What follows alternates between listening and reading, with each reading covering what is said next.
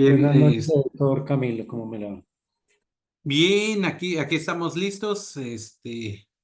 Venimos saliendo ahorita de otra reunión, pero vamos a comenzar. Vamos a terminar aproximadamente a a las 8 de la noche con 10 minutos, 8:15 de hora de aquí de Hermosillo, 10:15 hora de ustedes, 9:15 hora de nuestra coordinadora académica. La maestra Paola Maldonado, que ella seguramente en alguno de los próximos cuatrimestres les va a dar clases también. Ella es especialista en derecho penal. La maestra Maldonado, que es nuestra coordinadora académica, ella es fiscal especialista en justicia para adolescentes. Entonces, la he sumado a mi equipo de trabajo precisamente porque estamos ahorita en un proceso de validación para que pronto ya tengamos nuestros registros propios.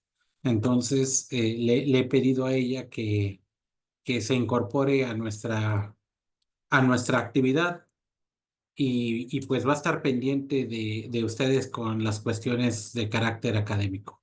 Sí, inclusive si ustedes tuviesen alguna duda técnica en el área de derecho mexicano o que tenga alguna confronta con el derecho colombiano, ella está también para atenderlos. Es decir, no solamente en la parte, digamos, de trámite, de tramitología, sino también en la parte académica. Sí, es decir, ella tiene mucho conocimiento sobre el proceso penal. Sí, entonces, por eso fue la razón por la cual para ser un coordinador académico, pues necesitamos a alguien que tenga toda la expertise en la materia y pueda ser muy importante en la formación de los alumnos. Sí, esa es la cuestión que por eso me interesaba mucho presentarla, ¿sí? Ahí para que ustedes la conocieran. Sí, seguramente ya se presentó ella en la sesión anterior o cuando menos ya lo han venido viendo en en la gestión de los links y de todo lo que implica, digamos, la organización de las sesiones, ¿sí? Sobre todo por la cantidad de trabajo que esto implica. Sí, también debo reconocer que fueron 16 personas de los 22, 23 que estamos en el grupo que entregaron tareas. Sí, no sé si faltó alguien más. Veo que recién acaba una última persona de entregarla, pero ya tengo aquí el listado de tareas.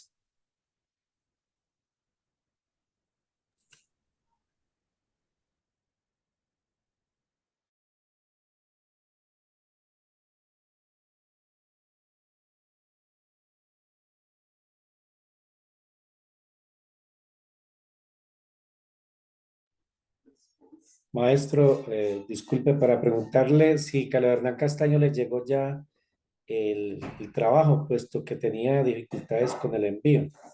Muy amable, gracias. Perdón, se me fue un poco la señal. Giovanni, Paula, Gustavo, Diego y Diana Marcela. Sí, son los que habían entregado tarea hasta las 7:52 de la tarde del día de hoy. Maestro, yo le entregué el día jueves 15, pero tenía dificultades con el envío. Carlos Hernán Castaño. Muchas gracias, doctor.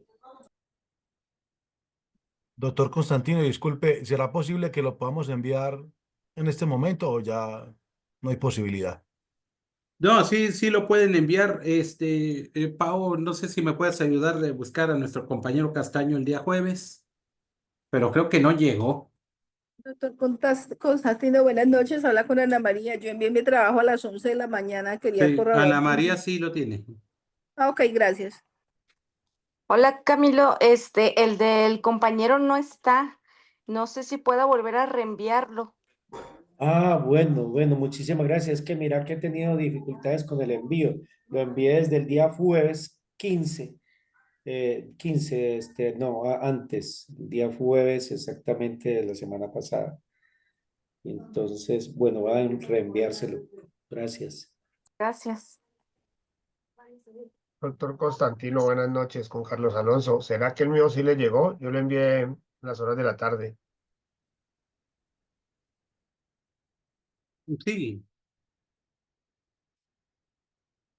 Rodríguez, sí, lo enviaste hoy. Aquí tengo ya los datos. Ah, bueno, señor, muchas gracias. Sí, de hecho ya repetí los nombres de las personas que sí lo enviaron. Bien, entonces en la sesión pasada veíamos el tema de la importancia de la teoría y la práctica en el proceso. Habíamos dicho que hay autores que nos dicen que para poder entender el derecho procesal, deberíamos conocer solamente la cuestión práctica y hay algunos otros que se enfocan únicamente para la cuestión teórica.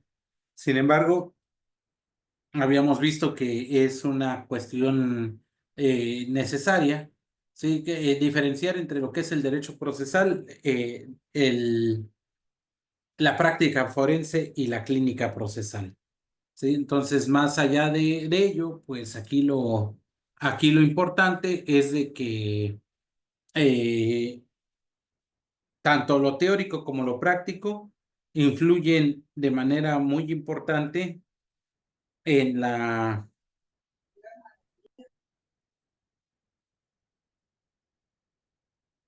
en el desarrollo formativo de los abogados. También leímos lo que Gustavo Radbruch le escribió a su hijo Anselmo con relación a la teoría y la práctica. Sí, también habíamos dicho con la relación al fundamento constitucional de la teoría del proceso.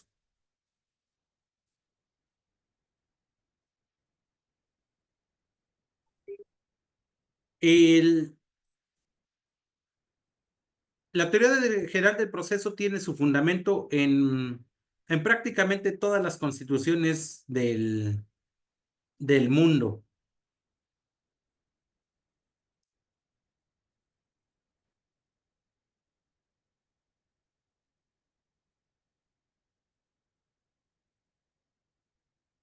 Habíamos dicho que las reglas del debido proceso, las reglas de legalidad, las reglas de fundamentación y motivación, los van a encontrar ustedes no solamente en la Constitución mexicana, sino también, por ejemplo, el artículo 229 de la Constitución colombiana, en donde establece que toda persona podrá ejercer la acción para obtener la tutela de sus derechos e intereses.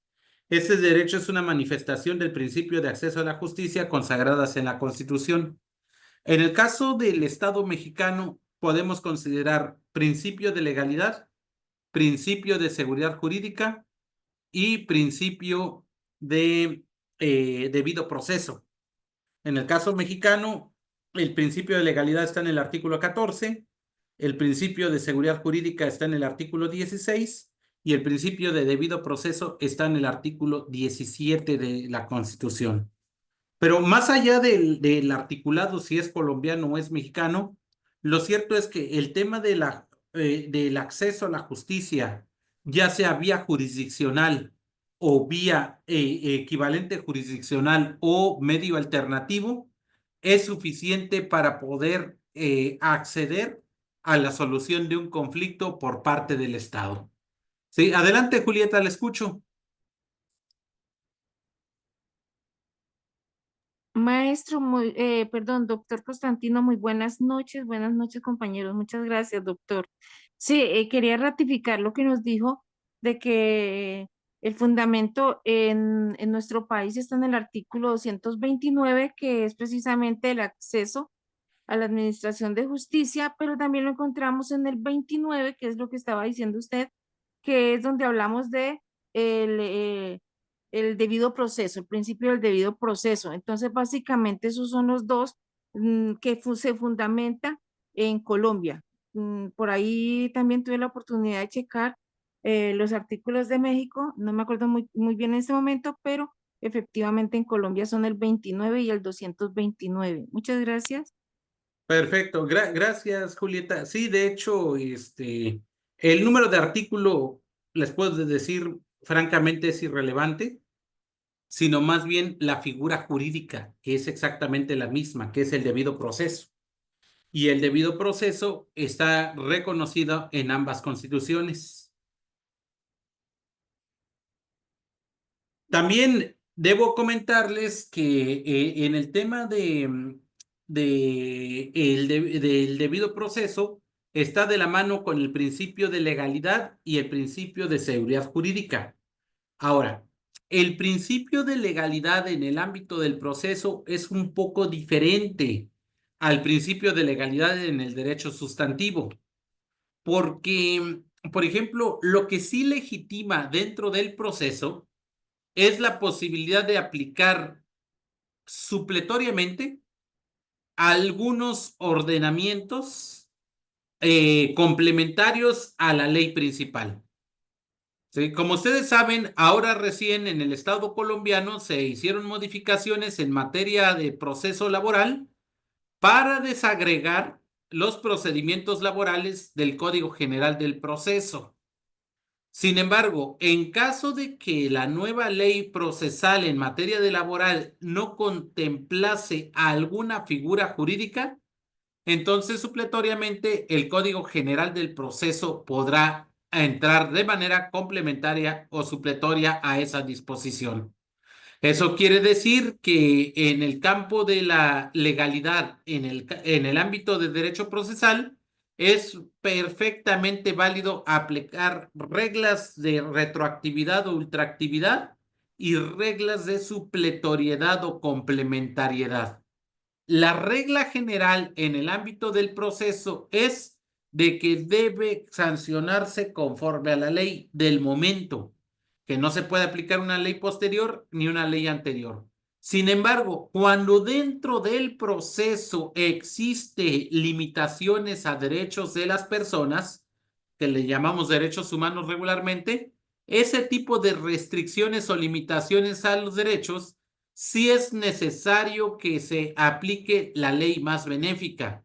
Entonces, quiere decir que la regla general es de que, por ejemplo, en el proceso civil, digamos, aplica la estricta legalidad y en este caso, el estricto derecho. Sin embargo, cuando dentro del proceso civil se trate de dirimir controversias de personas de grupos de atención prioritaria, como migrantes, como niñas, niños o adolescentes o como mujeres en situación de violencia, entonces ahí no se puede aplicar la rigurosidad del proceso, sino que ahí entraríamos frente a tres principios importantes. El primero de ellos, el principio de debida diligencia reforzada. El segundo, el principio de interseccionalidad. Y el tercero, el principio de perspectiva de género. ¿Sí? Es decir, estos tres principios que son reconocidos en la doctrina, que ahí ustedes pueden encontrarlo en todas las legislaciones, lo cierto es de que dichos principios nos va a dar la oportunidad para que ustedes puedan, digamos, interpretar que dentro del campo del derecho procesal civil, que aquí lo vamos a poner, rige las reglas de estricto derecho, pero también vamos a considerar lo siguiente. ¿Sí? Entonces, en el tema de la legalidad, en el proceso civil, dijimos que rige las reglas del estricto derecho, que eso sería como la regla. Y posteriormente viene el tema de la excepción. Y aquí venimos algo que, digamos, se llama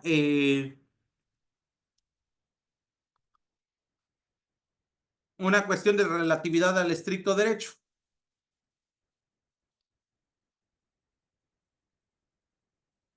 Ahora, en el estricto derecho, pues se pueden aplicar las leyes en su literalidad y en su caso la supletoriedad o complementariedad cuando el presupuesto legal lo prevea. Y en el caso de la relatividad del estricto derecho, tenemos el principio de perspectiva de género,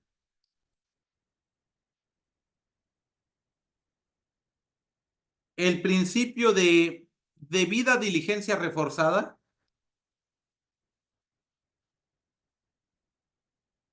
y el principio de interseccionalidad. Entonces, por ejemplo, podemos ver, y esto rige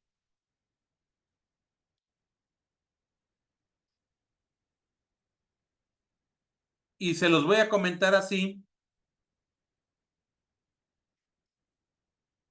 a grosso modo. Por ejemplo, cuando se va a discutir en materia de derechos de seguridad social una pensión por viudez, el estricto derecho nos dice que la pensión por viudez la cobra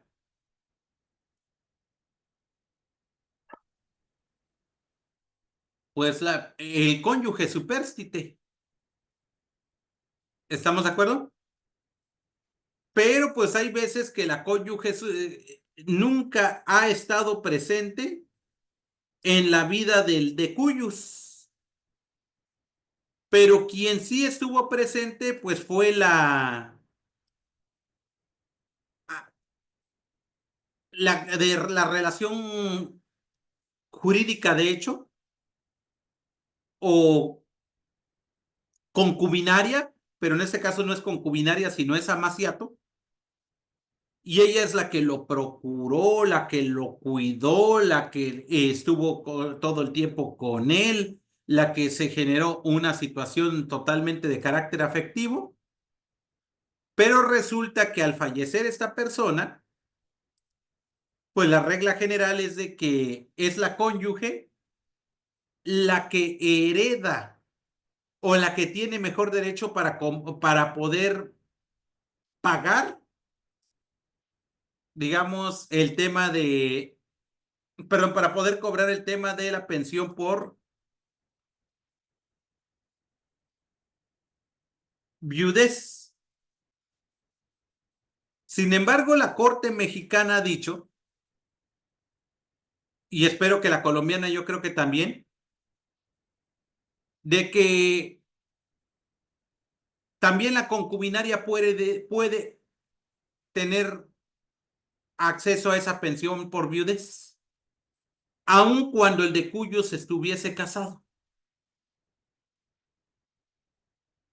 Entonces, la legalidad en el proceso dice, estricto derecho es que la persona que tiene una, digamos, una relación de parentesco por afinidad, que en este caso es el matrimonio, es el que tenga la validez para poder llevar a cabo los actos jurídicos y es la que puede acceder a estos temas, pues resulta que también lo puede hacer la concubinaria cuando se acredite que efectivamente estuvieron o tuvieron una relación continua y constante de manera pública, pacífica y continua, como valga la redundancia, y además permanente, y que fue el principal motivo de apoyo o ayuda, en este caso al de cuyos. Entonces ahí se empieza a relativizar. O por ejemplo, no sé si en Colombia suceda, pero yo creo que sí. Pero cuando dos personas se casan por separación de bienes, resulta que lo tradicional es de que cada quien es dueño de lo suyo. ella lo de ella y él lo de él. Pero también lo tradicional es de que él se dedica al trabajo y ella se dedica a las labores del hogar. De tal manera que él incrementa de manera sustancial su patrimonio y ella, por dedicarse a las labores del hogar, siempre se queda con el estatus mínimo o incluso pierde parte de su patrimonio. Cuando viene un divorcio, ahora sí es posible alegar lo que denominamos pensión compensatoria, que esa pensión compensatoria puede llegar como tope máximo el 50% de los bienes del cónyuge que no realizó las actividades del hogar. ¿Por qué? Porque la cónyuge que estuvo en desventaja no tuvo la oportunidad de poder incrementar su patrimonio. Entonces, independientemente de la pensión alimentaria, que esa es cuerda separada, al momento de disolver el patrimonio, perdón, el matrimonio con M, como no hay sociedad conyugal, entonces se puede intentar una acción de pensión compensatoria atendiendo a la relatividad del estricto derecho que rige en materia civil, atendiendo al tema de la debida diligencia reforzada con perspectiva de género, para que esta persona no se quede en estado de indefensión y que tenga no solamente la cuestión del mínimo vital, sino garantizar hasta el tope de hasta el 50% de los bienes que adquirió el señor como indemnización compensatoria a la señora que única y exclusivamente se dedicó a las labores del hogar. Entonces, si se dan cuenta, el proceso civil que tradicionalmente nos habían vendido que era de estricto derecho, ahora resulta que surge esa tendencia, y no solamente es mexicana, sino totalmente latinoamericana, de buscar mecanismos procesales de protección para relativizar ese derecho y que ahora entren cuestiones interseccionales a poder solventar y equilibrar, sobre todo cuando se trate de grupos de atención prioritaria. ¿Estamos de acuerdo? Adelante, Julieta, la escucho. Doctor, muchas gracias nuevamente. Una pregunta, ¿y si el de Cuyos tenía una pensión vitalicia, la compañera permanente puede acceder a esa pensión o no? Sí, claro. La compañera permanente y o la esposa. La esposa tiene que acreditar que tuvo una vida en común con él. Si no la tiene, entonces la compañera permanente sí tiene derechos. Digo, la esposa también los tendría porque no se le han renunciado, pero se tendría que dividir la pensión por viudez. Ya no es exclusiva de la esposa. Doctor, pero siendo una pensión vitalicia, porque tengo entendido que ahí se hace cargo la aseguradora, que es la que le garantiza a la persona la renta mensual para que pueda tener para sus gastos ya que no puede trabajar. Entonces, aún así, la compañera permanente o la esposa o la concubina tienen derecho. Sí, aquí en México sí, totalmente. Ah, Hasta que bueno, fallezca la señora. Si no, puedes buscar, Julieta, en internet, sí, señor. un tema de Sasha Montenegro. Voy a Sasha copiar. Montenegro fue la esposa de un expresidente de México que se llamó José López Portillo. Cuando fallece José López Portillo, Sasha Montenegro se queda con esa pensión hasta que ella fallece. Y José López Portillo había estado casado con otra persona cuando fue presidente de la República. O sea, cuando él fue presidente, estaba casado con una persona, sale él, se divorcia de esa persona y posteriormente se junta con esta señora Sasha. Pero el presidente ya tenía su pensión vitalicia. Cuando sale de presidente de la República, tiene su pensión hasta que él fallezca. Pero cuando entra Sasha, le dicen tienes derecho también a la pensión. Hasta que falleció la señora, el Estado estuvo obligado a pagarle. Adelante, Carlos Hernán. Muchísimas gracias, doctor Constantino. Una pregunta, cuando ya no es solamente dos personas, sino ya más de tres, un ejemplo, tres personas por lo menos, y que se dice que también convivió con ellas, ¿todas tres tendrían derecho? Si se acredita eso, sí. Si no se acredita, no. O sea, aquí no es un problema de quién tenga derecho. Aquí el problema es de acreditarlo, de tener prueba para sustentar su pretensión. ¿Sí? Regularmente les van a decir que no. Y la regla es que van a decir que no porque no se cumple con esas condiciones para dar esa situación. Muchas Sin gracias, maestro. embargo, ¿dónde sí sería que sí, Carlos? Sobre todo cuando la persona tiene hijos.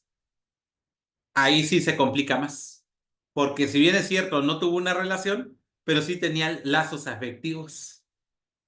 Entonces ahí sí se tiene que hacer una suma diferente. Adelante, Diana. Hola, muy buenas noches, licenciado. Una pregunta. Una pareja que lleva más de 30 años de casados por la iglesia, pero que civilmente nunca registraron su matrimonio.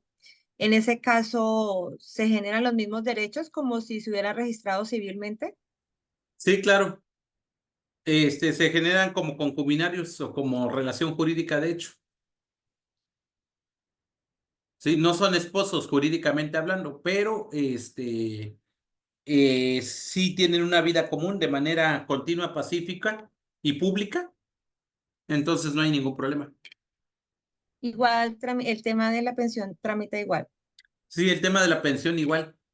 Ah, ok. Es decir, la concubinaria tiene que sacar un certificado de concubinato a través de una jurisdicción voluntaria, que esa es Ajá. una demanda no contenciosa, y el juez hace esa declaración de Perfecto. concubinato y con eso copia certificada y va uno al lo que ustedes le llaman, bueno, aquí, bueno, en México se llaman afores, pero ustedes tienen áreas de seguros también, bueno, en este caso de pensiones, Ah, perfecto, perfecto. Muchísimas gracias, y ahí se licenciado. hace el trámite. Sí, Doctor, listo. perdón, pero es que cuando la persona lo afilian a todo lo de seguridad social, ahí está quién tiene derecho a esto, quién a Ah, aquello. los beneficiarios. Sí, Sí, señor. esa es la Entonces, regla general. Pero si por ahí aparece un tercero, por ejemplo, un niño o una niña que fue reconocido ante la registraduría y no lo actualizó en la pensión, en el seguro, sí puede acceder a ese derecho, la puede impugnar, ¿eh? ah, bien, ¿Qué les parece? excelente. Excelente, maestro. Muchas gracias. Bien, ahora vamos con relación a qué es la acción, qué es la pretensión, qué es el litigio, la controversia y la guerra. Sí, fíjense que aquí vamos a partir de un concepto muy genérico,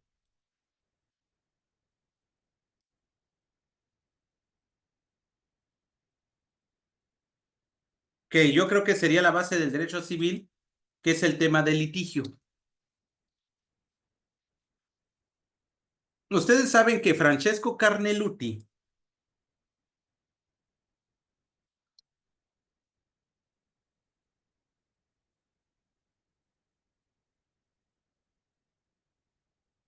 definió el litigio,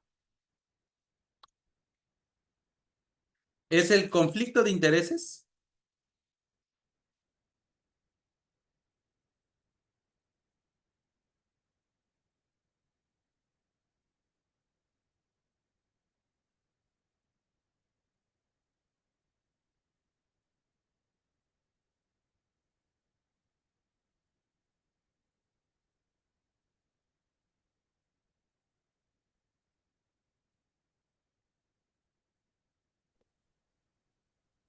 caracterizado por la pretensión de uno de los involucrados y la resistencia del otro.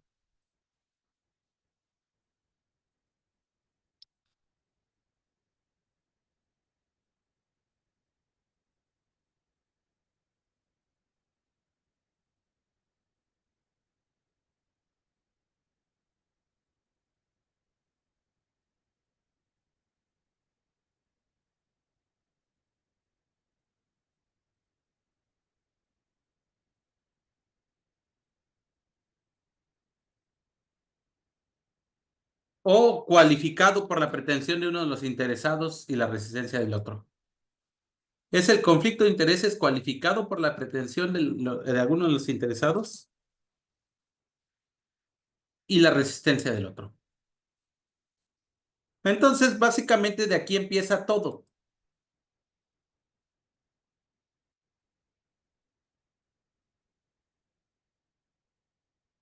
¿Por qué? Porque a partir del litigio surge el derecho de la acción.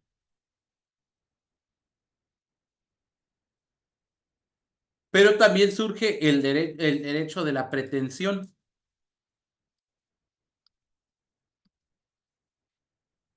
Ustedes saben que la acción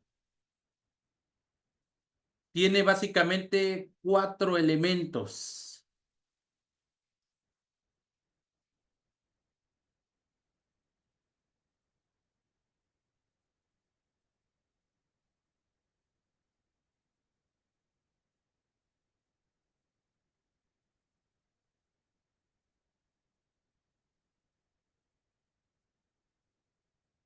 O sea, imagínense ustedes, por ejemplo, que el derecho de fondo sea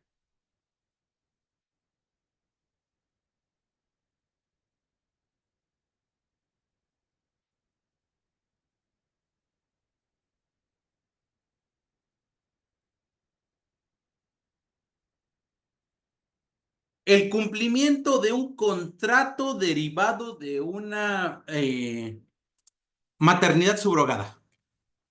Es decir, ustedes viajan a Cancún y realizan un contrato de subrogación o alquiler de vientres para la gestación de una persona. Y resulta que la madre gestante se niega a entregar el producto del contrato de subrogación. Entonces ahí tenemos, el objeto del pleito es el contrato de subrogación. La pretensión es que nos devuelvan a nuestro hijo. La capacidad, vamos a ver si tenemos legitimación para hacerlo y ante el órgano jurisdiccional que corresponda. Resulta que el alquiler de vientres o la subrogación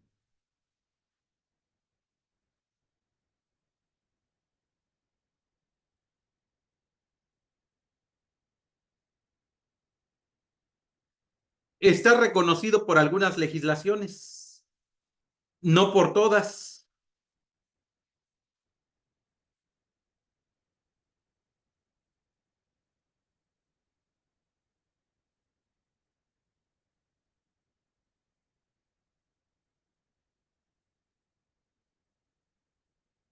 Entonces, aquí lo que vamos a encontrar es de que a pesar de que podamos tener una pretensión digamos, para poder ejercer nuestra acción, no siempre esa pretensión se va a legitimar. Para que pueda haber una cuestión de legitimación, la ley procesal nos tiene que decir cuáles son las condiciones o requisitos para ello.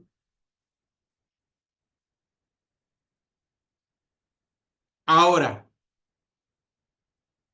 si ustedes como extranjeros presentaron una solicitud en suelo mexicano,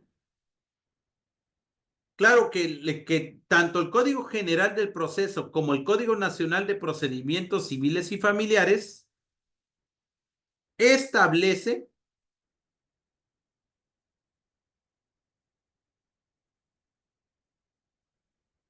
una serie de requisitos para un tema de reconocimiento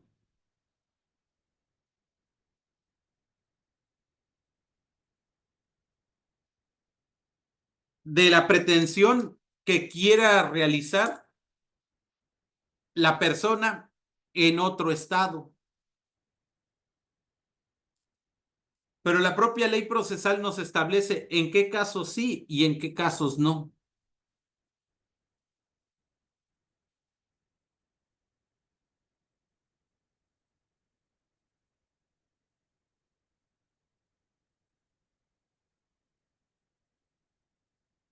Y claro, ahí nosotros vamos a ver que el tema de la acción y así lo vamos a poner solamente para definirlo.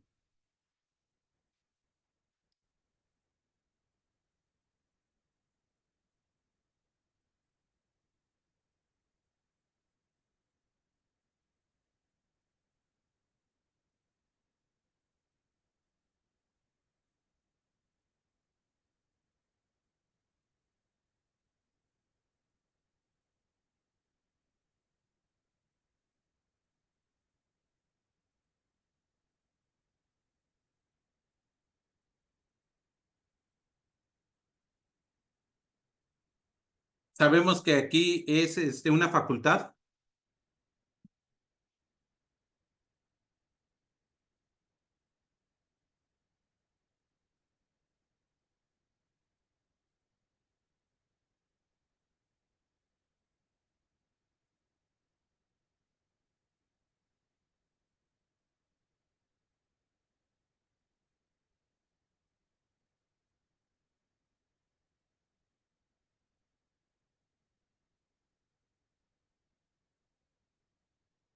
Entonces ahí podemos decir que la acción procesal es una facultad abstracta que tiene el gobernado para instar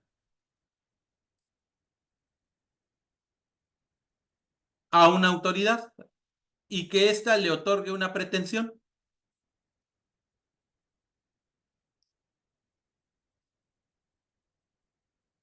Con independencia de la existencia del derecho material.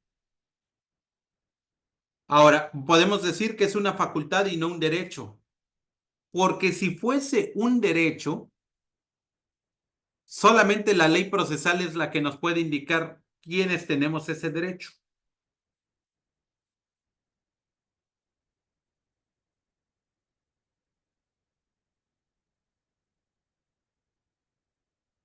A diferencia de la facultad, que la facultad lo puede tener cualquier persona.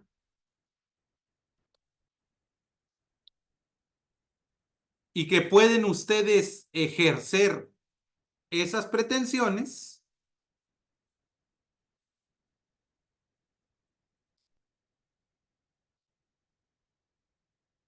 independientemente que nos asista o no la razón. O inclusive podemos generar nuevas acciones. Miren, debo comentarles que, por ejemplo, en el caso mexicano, por un fenómeno social que se está dando ahora, que es la desaparición de muchísima gente, el legislador tomó la decisión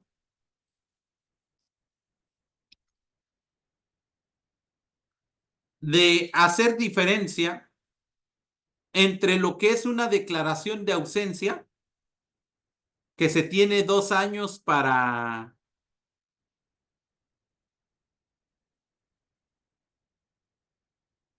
promoverla, en caso de que no aparezca una persona,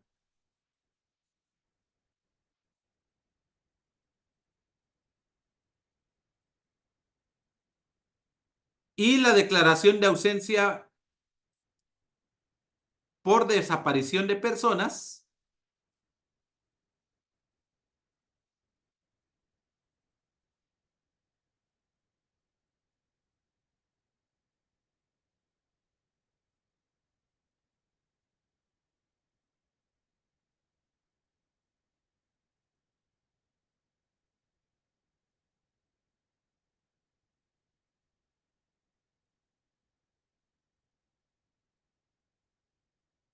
que eso se deriva regularmente de un delito.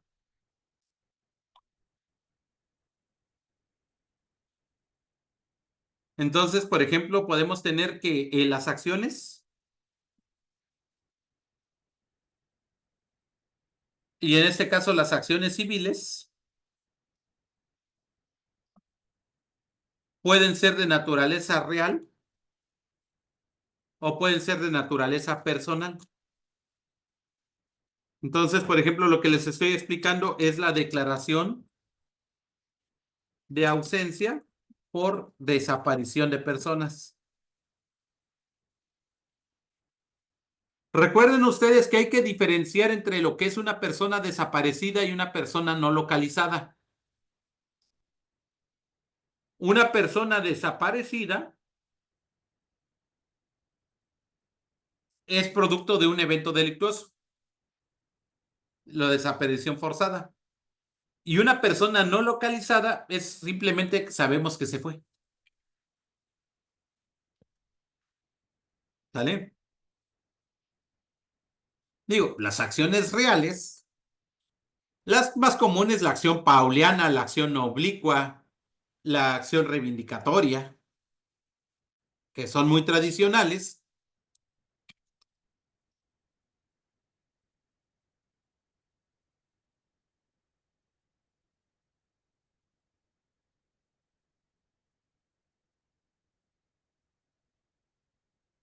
Pero, por ejemplo, ahora tenemos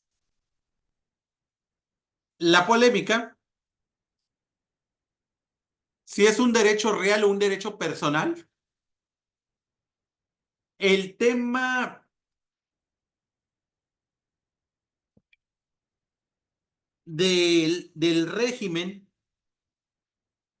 de tiempo compartido.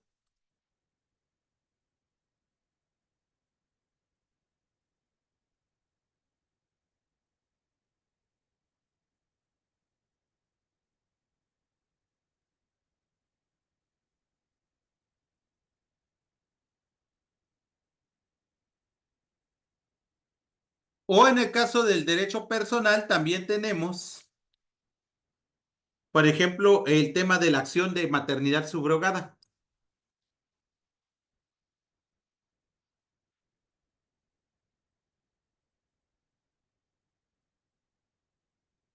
O inclusive, por ejemplo, el tema de régimen de visitas y convivencias.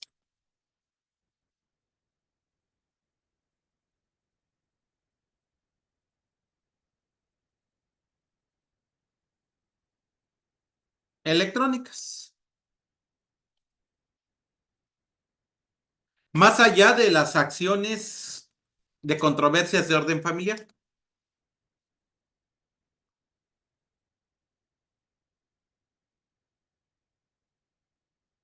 Ahora, por ejemplo, otra de las acciones civiles que se están dando de manera muy frecuente ahora es el tema de las acciones colectivas. Aunque estos están enfocadas para derecho de consumo, ambientales, de competencia económica.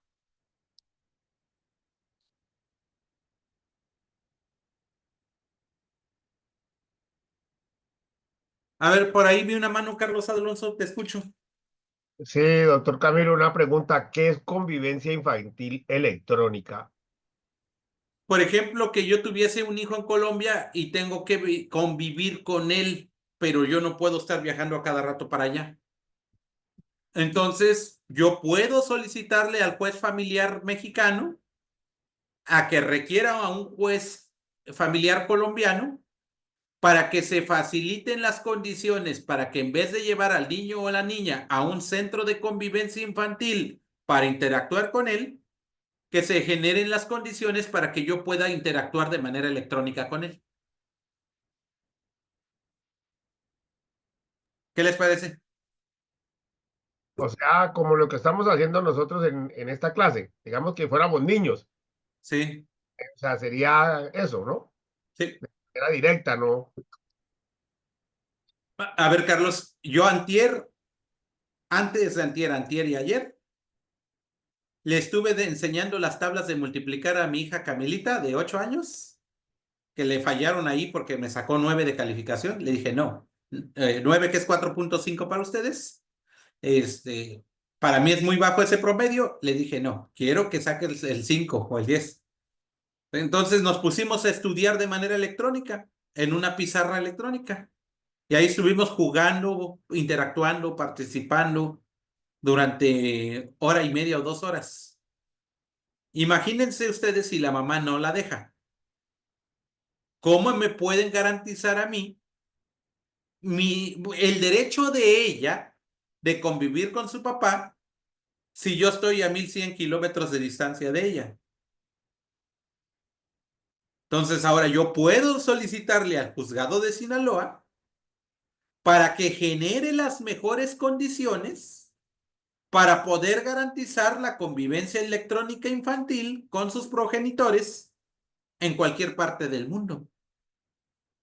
Porque la convivencia no solamente es llevarlo todos los sábados o todos los domingos a un centro de convivencia infantil para que esté bajo observación de un trabajador social. Ahora, si el padre y el hijo o la hija no tienen una interacción directa, porque muchas veces la convivencia electrónica es complicada, debe existir facilitadores infantiles electrónicos que les permitan poder interactuar con las niñas o con los niños y puedan entender el contexto de esa interacción. Yo utilizo los cuentos infantiles para poder enseñar. Entonces a mi hija le he escrito como 20 cuentos. Sí, pero imagínense ustedes si no existiese eso o si me lo negaran. Ahí se complica totalmente todo. Ahora, esas son acciones civiles personales que ustedes dirán, ¿están reconocidos en el Código General del Proceso o en el Código Civil o Código Familiar, dependiendo la entidad? O en su caso, es necesario que se reconozcan. Por eso, en palabras de Federico Bueno de Mata, él parte de la idea que el acceso a la justicia digital debe considerarse un derecho humano.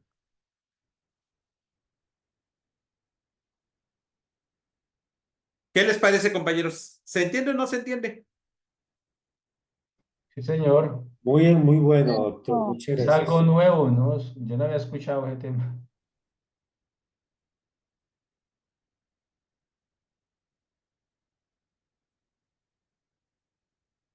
Adelante, Gustavo, te escucho. Doctor, buenas noches. Muchas gracias.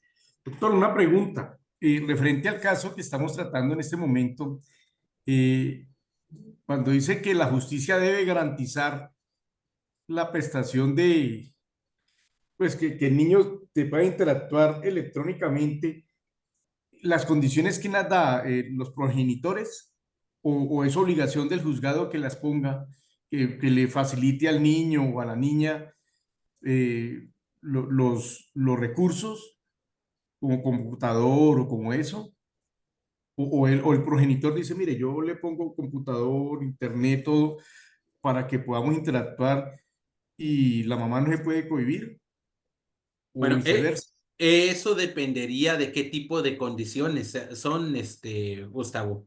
Porque si no se garantiza la correcta comunicación o si hay un temor fundado de que se cometa violencia digital en perjuicio de la niña o del niño, entonces tiene que haber observadores. Y por tanto es el Estado el que debe garantizarlo. Ustedes saben que hay, si nos vamos a la antigüita, nuestro Código de Procedimientos Civiles o nuestro Código General del Proceso, nos dicen, las convivencias personales pueden ser con o sin vigilancia. Con vigilancia con ciertas condiciones, sin vigilancia en ciertas condiciones, ¿cierto o no? En la manera electrónica es exactamente lo mismo. Con vigilancia tiene que haber un supervisor al momento de que se dé la convivencia. ¿Sí? Que es el que va a facilitar y va a generar las condiciones tanto al progenitor como al infante para que puedan tener una interacción virtual correcta. Ahora, ¿qué pasa si hay temas de violencia sexual infantil? Ustedes pueden utilizar un programa electrónico que se llama Bosti.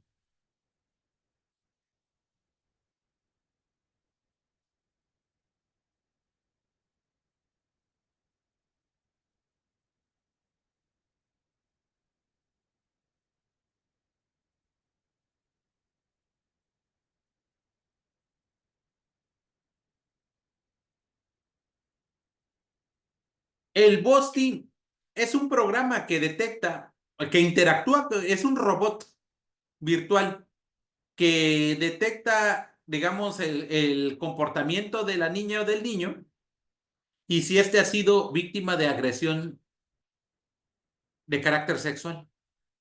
Es una caricatura en realidad. Entonces el Bosti puede estar en medio de los dos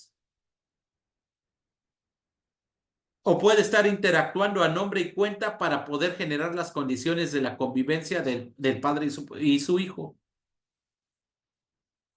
Siempre y cuando el hijo no haya sido víctima de violencia de sexual principalmente por parte del progenitor.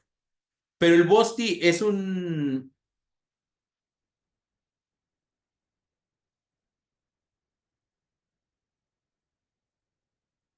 programa electrónico.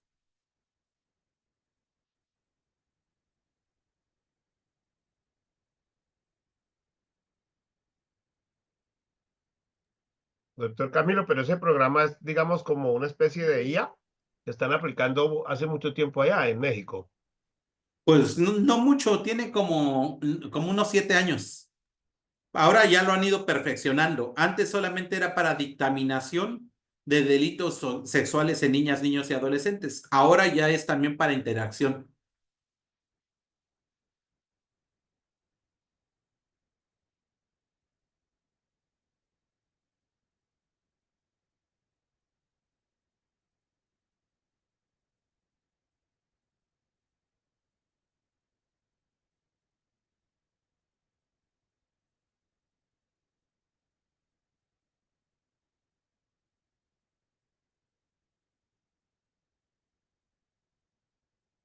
¿Qué les parece, compañeros? ¿Sí se entiende o no se entiende?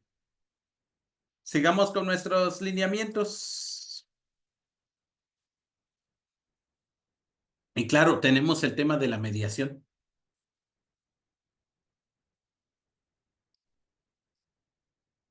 Lo que le llamamos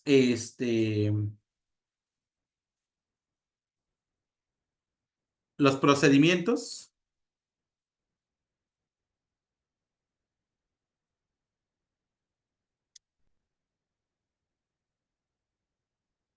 Que hay de dos tipos.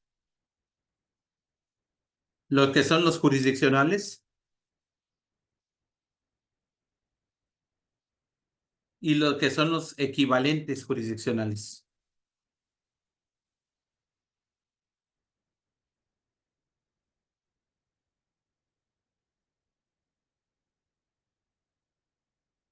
Y digo, aquí en los jurisdiccionales, pues es el proceso.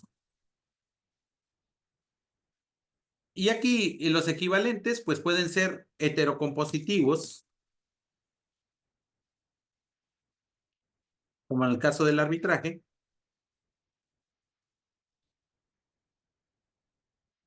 o pueden ser autocompositivos. Aquí no me voy a meter si son genuinos, afines o dudosos.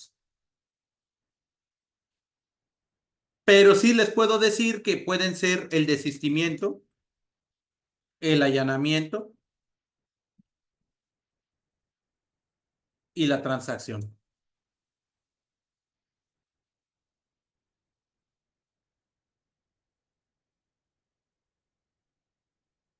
En el caso del arbitraje, pues sabemos que concluye con un laudo. Y en el caso del proceso, sabemos que concluye con una sentencia.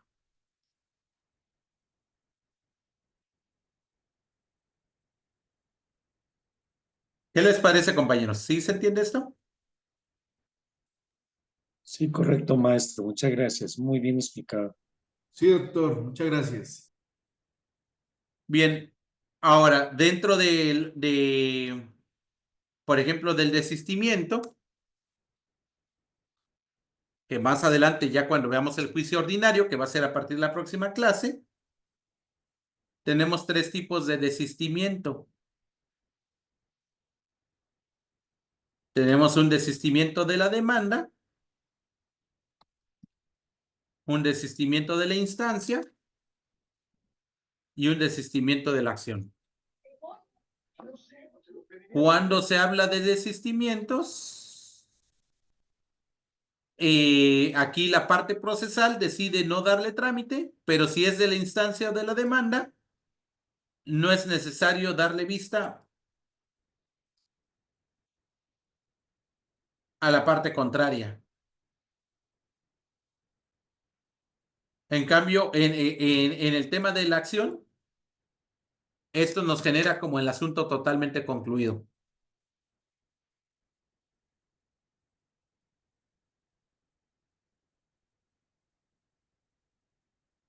Ahora, en el caso del allanamiento,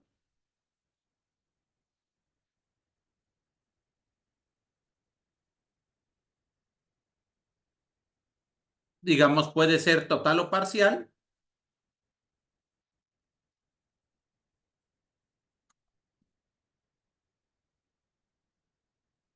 Puede ser únicamente en cuanto a los hechos, o puede ser simplemente en cuanto al derecho.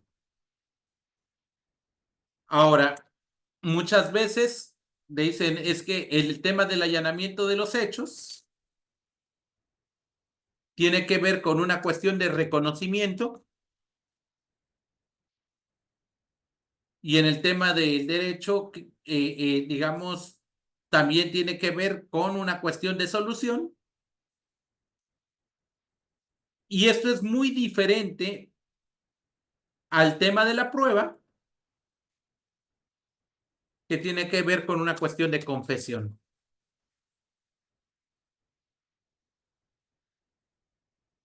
Ahora, recuerden ustedes que, por ejemplo, en aquellos casos, ustedes tienen un procedimiento monitorio, que no lo tiene México, en el Código General del Proceso,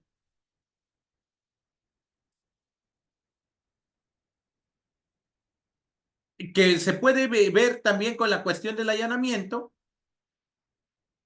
y que incluso hay varios libros escritos con relación al proceso monitorio, que le vamos a denominar el silencio procesal.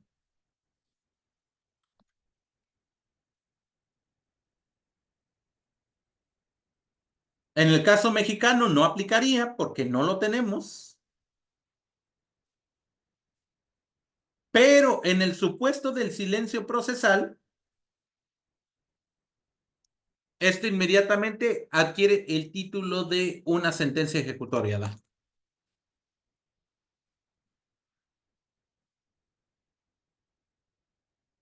Ahora, no todo allanamiento puede decirse entramos inmediatamente a sentencia.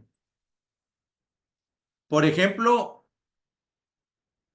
cuando se trate de derechos donde se discutan situaciones de niñas, niños o adolescentes, no basta con el desistimiento de las personas, perdón, el allanamiento de una de las partes. Por ejemplo, que digan, se va a demandar la pérdida de la patria potestad respecto de un infante o de una infante. Y digan, ah, sí, me allano a la demanda y se acabó. No. Porque muchas veces ese tipo de situaciones son únicamente simulaciones en donde está en juego los derechos de la niña, del niño o del adolescente. Entonces no puede entrar simple y sencillamente el allanamiento. Por eso es muy importante en el caso del silencio procesal que la regla es el que calla no dice nada. Pero hay otra regla que dice el que calla otorga. Pero eso rige para el estricto derecho. ¿Por qué? Porque cuando una persona presenta una solicitud de demanda, ya sea de derecho real o personal, y la contraparte no contesta, entonces se allanan las pretensiones del actor. Pero hay reglas donde dicen, no, el hecho de no contestar simplemente se entiende contestado en sentido negativo, pero no exime de la responsabilidad al actor de poder justificar su pretensión con los elementos de prueba correspondientes. Eso era bastante común cuando en México no existía el divorcio incausado.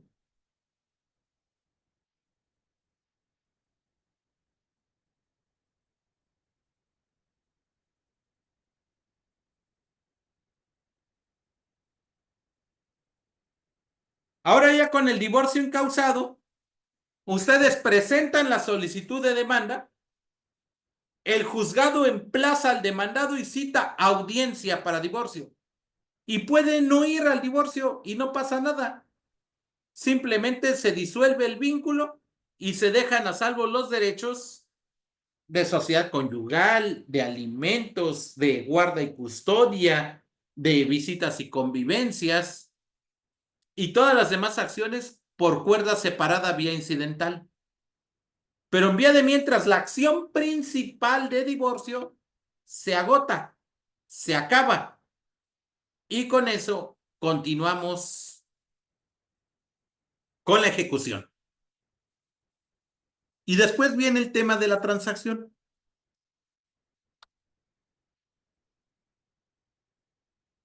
Y en la transacción significan recíprocas concesiones.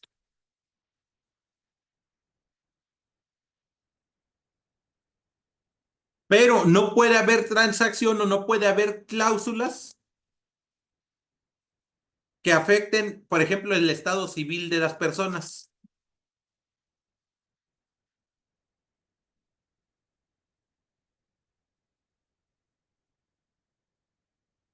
Porque entonces esas cláusulas se entienden por no puestas. Por ejemplo, ¿qué dicen? A ver, Fanny, ¿se va a solucionar su conflicto con su ex esposo y le vamos a dar la pensión compensatoria siempre y cuando usted no se case dentro de los 6 años siguientes? Si se casa, pierde esa pensión compensatoria. No, eso es discriminatorio. Si una cláusula compromete el estado civil de las personas, afecta algo que se llama la libre autodeterminación.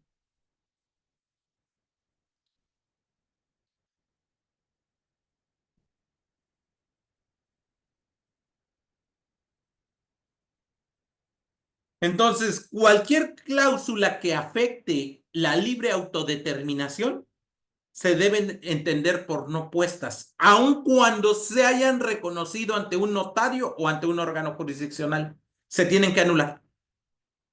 Oye, pero si fue parte de una transacción, lo siento mucho, pero cuando se comprometen esas situaciones al estado civil de la persona, es anulable totalmente. ¿Qué les parece? Entonces la transacción no es libre. Doctor, Adelante. o sea que por lo menos que si uno se casa firmando capitulaciones, ¿se puede reversar eso? Si esas capitulaciones afectan la libre autodeterminación, sí, Julieta.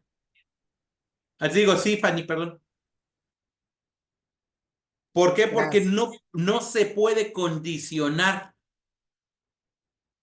la libertad de una persona sobre los intereses de otra.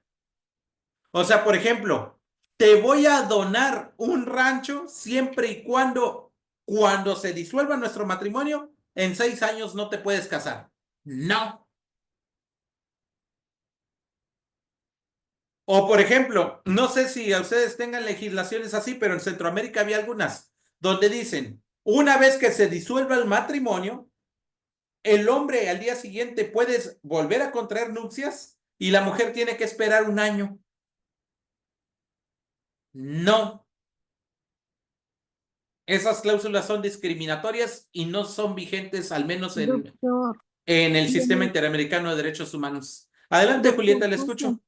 Disculpe, y en el caso de las herencias, también. También todo eso, que si se casa tiene derecho a la herencia. Ajá. Y si no, tal cosa. Si tiene un hijo no sé cómo, y si no, tal otra. Exactamente, no vale. también.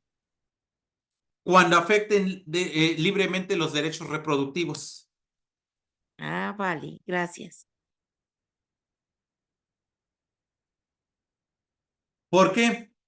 Porque ¿cómo es posible que un tercero obligue a una adolescente o a una mujer a procrear y a convertirse en madre a cambio de intereses externos? No. Cuando se afecten derechos reproductivos, ya sea para concebir o no concebir, eso va en contra de los derechos humanos y se deben entender como cláusulas no puestas.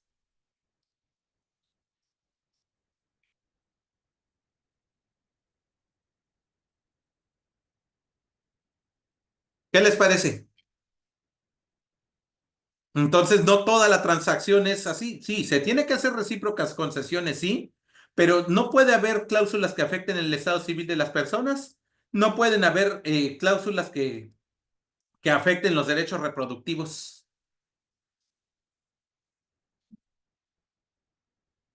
O aquellas cláusulas que vayan en contra del orden público o el interés social.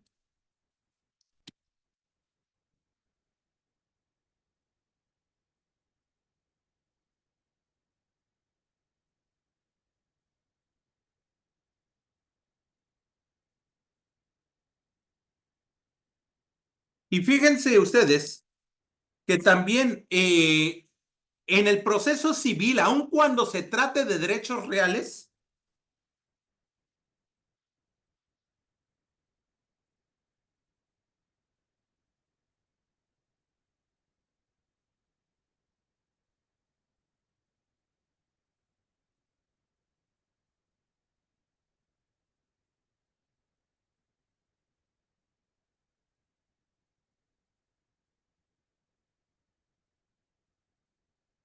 cuyos titulares sean niñas, niños o adolescentes, debe existir representación activa del Estado.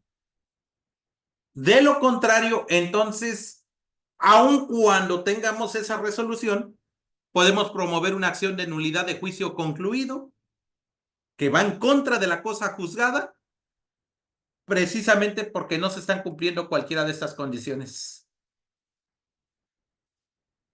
¿Qué les parece? ¿Alguna duda, algún comentario? Excelente la clase, pero, o sea, muchas cosas que uno pensaba que podían hacer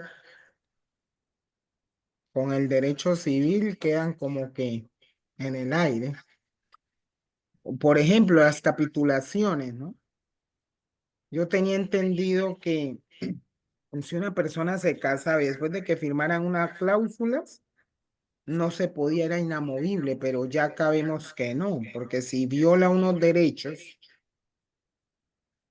puede apelar la persona afectada. Sí, claro, totalmente. Si violan los derechos de la libre autodeterminación. Es correcto. ¿Preguntas?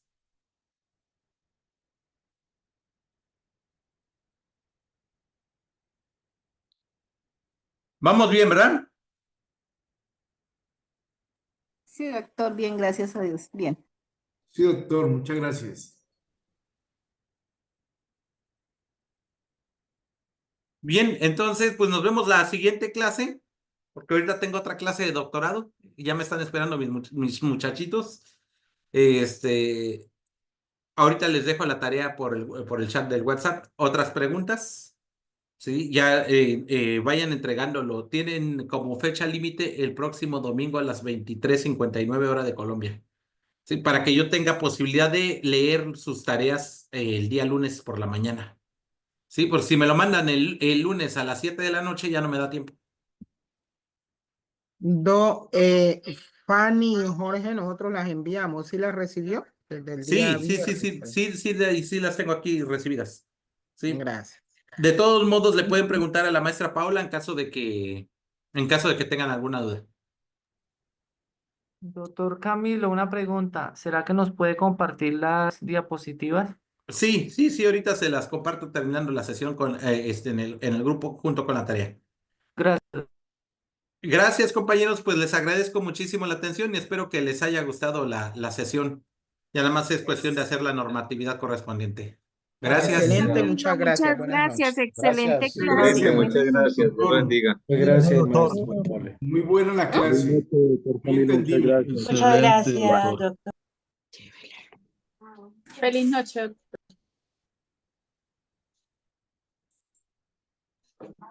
Muchas gracias. Feliz noche para todos.